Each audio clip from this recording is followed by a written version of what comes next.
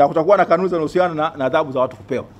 Ni hoja yetu kwamba kile ambacho kimefanywa kinakiuka katiba ya Jamhuri ya Muungano wa Tanzania.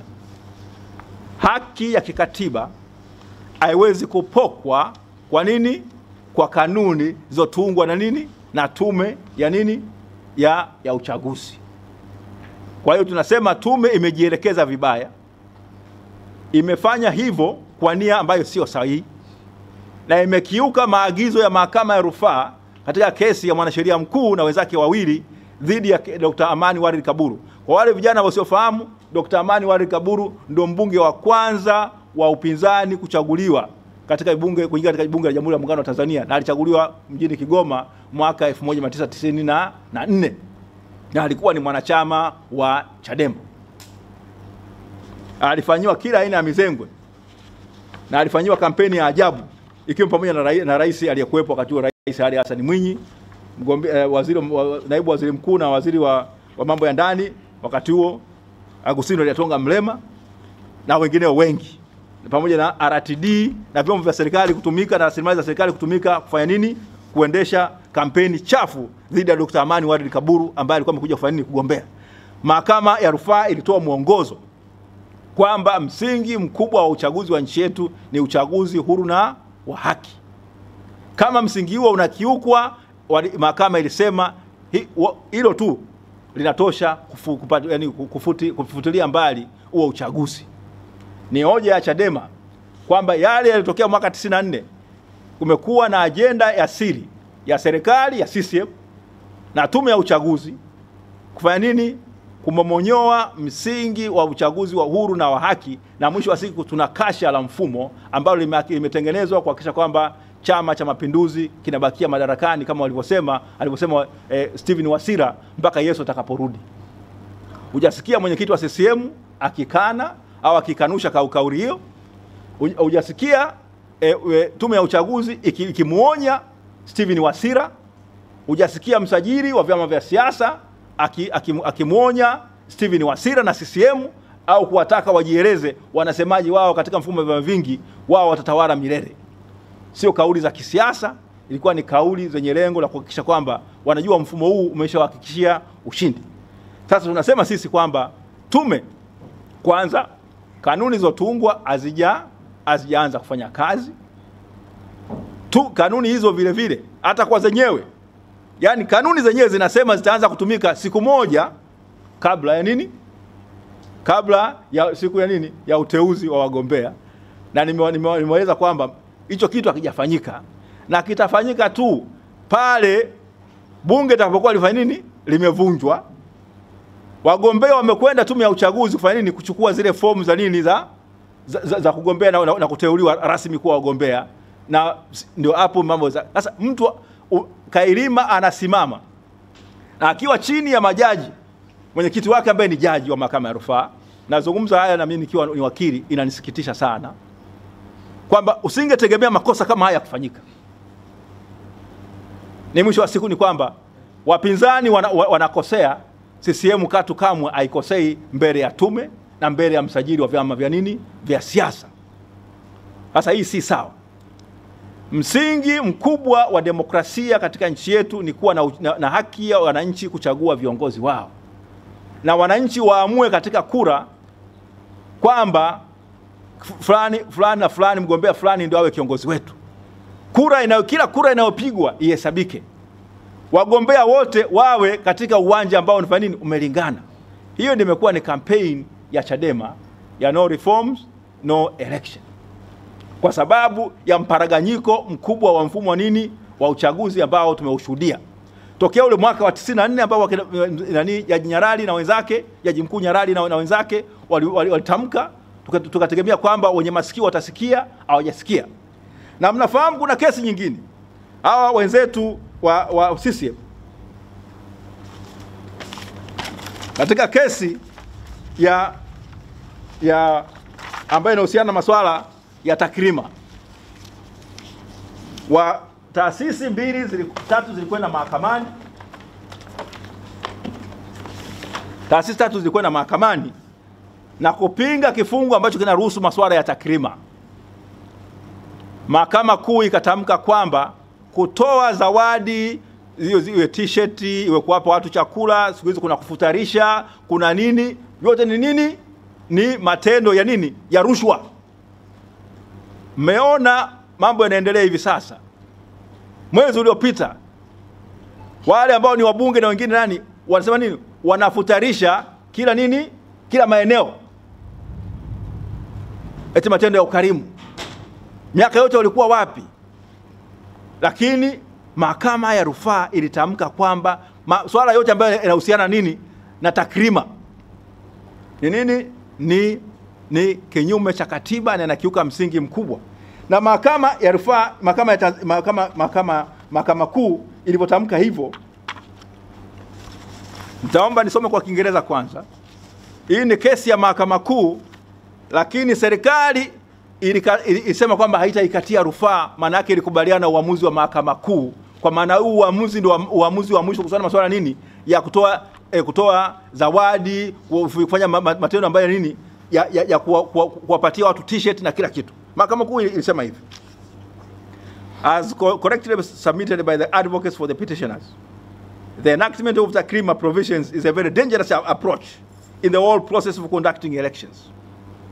It amounts to building a culture which, if sustained, will lead this nation to a bad destination. People should get the opportunity to think freely and decide freely, and should not be subjected to influences of takrima. They should also be left to learn that it is their responsibility or duty to elect competent candidates and not those who are able to influence voting by offering takrima. Naomba tafsiri. Mahakama Kuu ilitamka ifuatayo: kama ilivyosemwa na wakili waleta maombi, kuingizwa kifungu cha takrima ni hatua ya hatari sana katika mchakato mzima wa uchaguzi. Ni sawa na kujenga utamaduni ambao kama ukiachwa utasababisha taifa hili kufika katika hatima mbaya. Watu lazima waachwe kuweza kufikiria kwa uhuru na kudecide na kuamua kwa uhuru, na wasiwe wasisababishwe kufikiria kutokana nini kwa njia za wasishawishiwe na masuala ya takrima.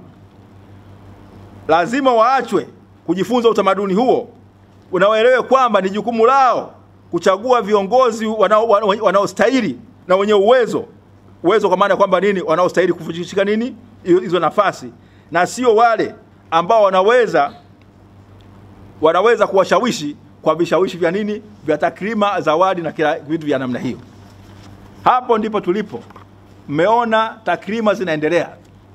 Hujawahi kusikia tume ya uchaguzi inasema takrima ni haramu. Mfumo mzima saizi mwenye pesa ana uhakika kufanya nini? Kuchaguliwa kuwa nani? Kuwa kiongozi wa nchi yetu, kuwa kiongozi, kuwa mbunge wetu. Yote haya ndio ambayo Chadema inasema hatuwezi kuwa na mfumo ambao umeshavurugwa namna hii. Mnaona katika kesi hii ya Dr. Amani Walid Kaburu, mahakama ya rufaa ilikemea tabia ya kutumia rasilimali za umma kumnufaisha mgombea wa chama kimoja. Tuangalie rasilimali za serikali saizi, mifuko mbalimbali ya serikali inaitwa Samia. Kwa maana gani? Maana yake ni kumfanyia kampeni haramu. Ni kampeni haramu, na narudia ni kampeni haramu. Na usingetegemea kwamba unaweza kuwa na rais anaweza kubali kufanya nini kukiuka hicho kitu. Vile vile kuna mambo mbalimbali, si Samia Bond, goli la mama. Bunge lilipitisha wapi goli la mama? Ni kampeni haramu. Umeona magari na kila kitu, vitu mbalimbali vile vyote watu wanapewa kila kitu ni Samia Samia Samia.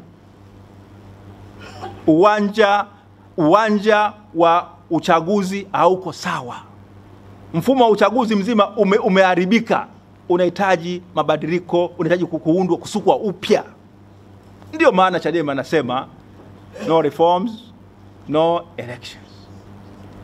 Chadema katu kamwe haitaomba huruma, isani au fadhila kutoka kwa wananchi au kwa serikali, Chadema inapigania haki yake ya kushiriki katika mfumo huru na wa haki wa uchaguzi. Chama hiki hakihitaji fadhila. Chama hiki kinajengwa na hoja. Hoja zake ni kuwashawishi wa Tanzania waone kwamba kina viongozi ambao wanaweza kufanya nini kuiongoza nchi hii. Watawafanya waweze kubadilisha maisha yao, waache kuwa wataalamu, kuwa waombaomba wakubwa. Nchi imetoka katika hali ya msingi ya kujitegemea na kuwa nchi huru, sasa hizi imekuwa nchi ombaomba na kugawa, ambayo inagawa rasilimali zake. Hiyo ndio Chadema inasema kwamba kwa kuweka mfumo mzuri wa uchaguzi, Watanzania watakuwa na nini? Watakuwa na wamepata fursa ya kuchagua viongozi wao. Ibara ya 8 ya katiba hii inasema serikali itatokana nini? Itajipatia mamlaka yake kutoka kwa wananchi.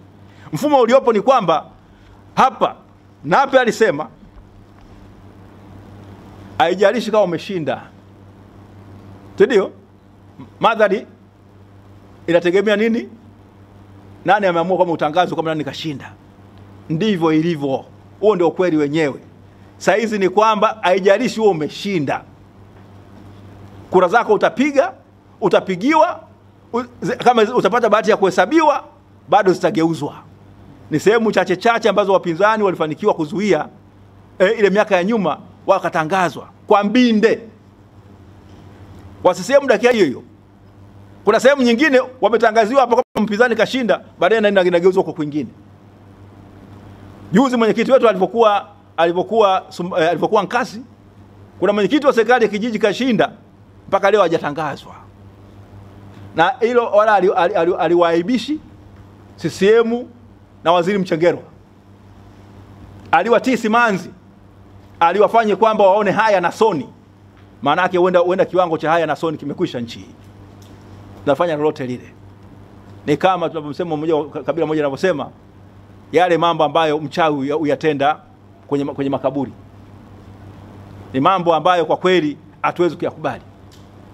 Tunataka mfumo huru na wa haki wa uchaguzi, na mfumo huu unapatikana kwa mabadiliko makubwa. Mfumo uliopo huu umeonekana kwamba unakipendelea Chama cha Mapinduzi na si wa haki. Haiwezekani, kwa mfano wale wacheza karata kama mnafahamu, mtu anasema kwamba hivi tutachanga karata, lakini dume, jike, mizungu yote, nganda 6 zote za nini? Ni za kwangu. Hizo tuchangi, tutachanga zile nyingine zofanya nini? Zobaki. Yeye amechukua madume, amechukua madume, amechukua jike, amechukua mzungu wa 4, wa 3, wa 2, si ndio? Yote ameweka, na nganda 6 fanya nini amechukua. Hapo anasema tuanze fanya nini? Kushindana. Au kama mfano wao ueleweki, mtu anasema tutacheza mpira pamoja, lakini wewe unatakiwa nikufunge miguu, sawa sawa, utembee miguu yako imefungwa na mikono, sawa sawa, ndio tucheze mpira. Alafu akifunga anashangilia kama zuzu kwamba amefanya nini? Kakushinda. Manake anapima uwezo wako wa akili, kujua kwamba upumbavu wako ni kiasi gani. Maana sio ujinga, kila mtu ni mjinga, wakati usiyokifahamu ni mjinga, lakini anapima kama wewe ni mpumbavu. Chadema imekataa kuitwa wapumbavu.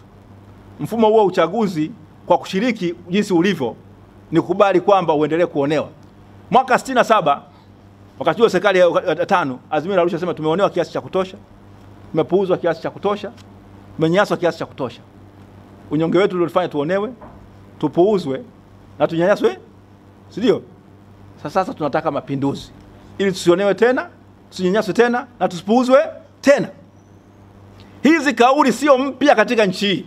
Aliyasema haya Mwalimu Nyerere, watu wakaandamana. Chadema inasema hivi, mfumo huu wa uchaguzi unasababisha uchaguzi uporwe, uchaguzi uharibiwe, rasilimali za nchi zinazotumika kuongoza uchaguzi zitapanywe.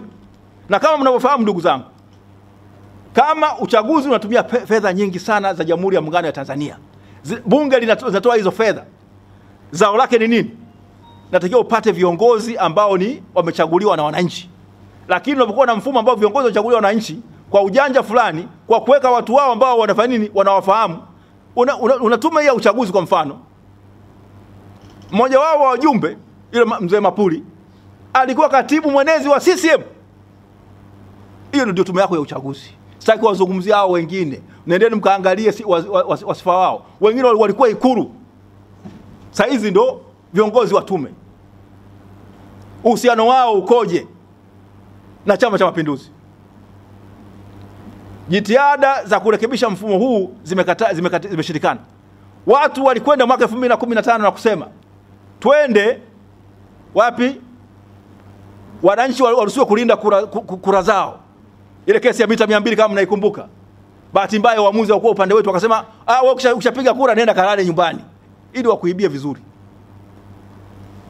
Sawa sawa. Tukaenda mahakamani, kesi dhidi ya wakurugenzi.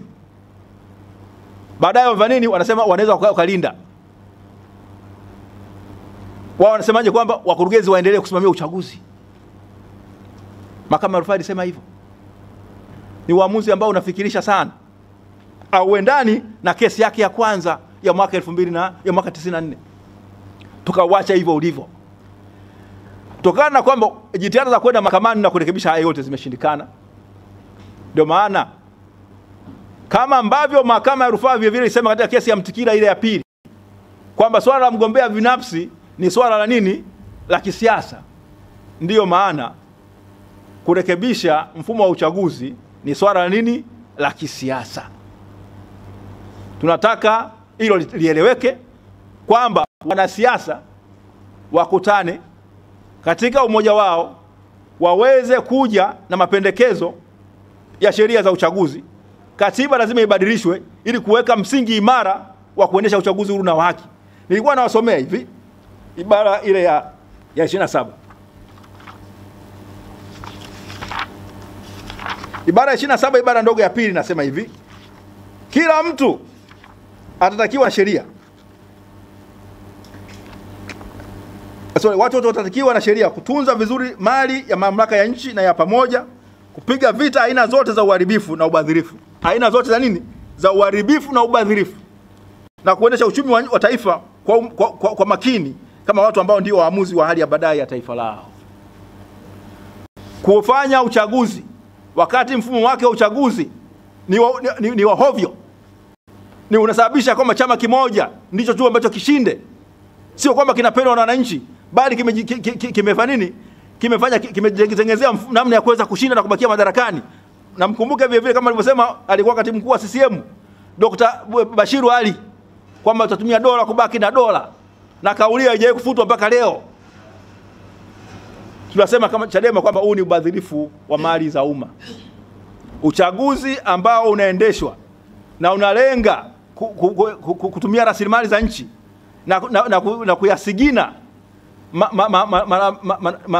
mapenzi ya wananchi, matakwa ya wananchi au maamuzi ya wananchi, huo ni ubadhirifu mkubwa wa rasilimali za nchi. Na kikubwa zaidi, kuna kesi za uhaini zinatajwa. Mwenyekiti wetu amefunguliwa kesi ya uhaini. Hiyo iko mahakamani, tutatapambana nayo kwa wakati wake. Tunasema hivi: yeyote yule ambaye anapoka, anasigina au anachezea haki ya mwananchi kuchagua kiongozi wake, na ambaye anaiba, anasababisha kuibiwa kwa kura, anatenda uhaini dhidi ya Jamhuri ya Muungano wa Tanzania, na adhabu yake yeye ndiye anayestahili kunyongwa. Kusigina na kupoka madaraka ya wananchi ni uhaini. Mfumo tulionao kwa kweli kwa hivi sasa tunaweza kusema kwamba unafikia huko. Sasa kwa sababu ni swala la kisiasa, ndio maana Chadema imekuja na no reforms, no elections. So ili kwamba tuweze kuweka mfumo mzuri, wananchi wachague viongozi wao wanaowataka, na baada ya hapo waweze kufanya nini? Kujiongoza. Kama watakaochaguliwa, kwa mfano Chadema imechaguliwa na ikashindwa kuongoza nchi hii, Watanzania watakuwa na haki ya kuifukuza kutoka madarakani na wakaweka wengine ambao wataona wanafaa. Lakini huo msingi lazima uheshimiwe. CCM wenzetu hawaamini katika hilo. Wao wanaamini mpaka Yesu atakaporudi. Sasa hapo unashindana na mtu gani? Hata unazungumza na mtu wa aina gani mwenye mtazamo huo? Je, mtu ana nia njema na nchi hii? Ndio maana tukaja kwa Tanzania kwamba njia pekee ni kuwafuata Tanzania, kwa sababu nchi hii ni ya kwao. Waweze kufanya maamuzi magumu na sahihi ya kulazimisha kuwepo na mabadiliko ya sheria za uchaguzi, ili tupate sheria nzuri Kama CCM wakishinda katika mfumo huo, Chadema itakuwa ya kwanza kuwapa mkono na kuambia hongera, ilikuwa mpambano mzuri, mmeshinda, endeleeni kutuongoza. Lakini na wao tunawataka watuambie kama wanaamini katika hilo kwa moyo wa dhati, kwamba wanaamini katika mfumo huo, kwamba anayeshinda ndiye atakayetangazwa, ambaye anatakiwa atangazwe, na kwamba kura ya mtu isiibiwe. Mfumo mzima, na sasa hizi unafahamu kuna namna hata ya kuhesabu kura. Mfumo mzima wa kuhesabu kura kwa njia za nini? Za kompyuta. Je, ule mfumo unaaminika? Je, nikibonyeza moja inasomeka moja kura, au kumbe unaweza kuwa inasomeka 10 au kura zinabadilishwa? Lazima vyama viwe na uwezo wa kuangalia mfumo mzima wa upigaji wa kura. Sio maigizo tu hapa mbele. Mambo yanayofanyika kule jikoni ni yapi? Chakula gani kinapikwa? Viungo gani vinawekwa? Sio kuja kutudanganya hapa mbele wakati mambo mengine afu anasema mabwege mtozeni tumeyaingiza chaka. Hatuwezi kuendelea kuitwa mabwege mtozeni. Ndio maana tunasema kwamba lazima mfumo huu ubadilishwe. Kwa hiyo mwisho wa siku nasema kwamba alichokisema mkurugenzi wa Tume ya Taifa ya Uchaguzi ni makosa makubwa, yamekiuka sheria ya nchi, yamekiuka katiba ya nchi, na yamekiuka hata kanuni za zenyewe hizo ambazo hazijaanza kufanya kazi mpaka hivi leo. Mtu anabanajwe na kanuni ambazo hazijaanza kufanya kazi. Ndugu Kairima, tafadhali naomba ujitazame mara mbili, kasome kifungu cha 1.5 cha hizo kanuni, na kasome kifungu cha 1.3 za hizo kanuni, uone usahihi wa maneno yako, na muulize Jaji Mwambegele na Jaji Mbaruku na Jaji Yasina kama hayo unayosema ni sahihi, kama kweli tamla zao za sheria wanaziheshimu. Asanteni sana ndugu.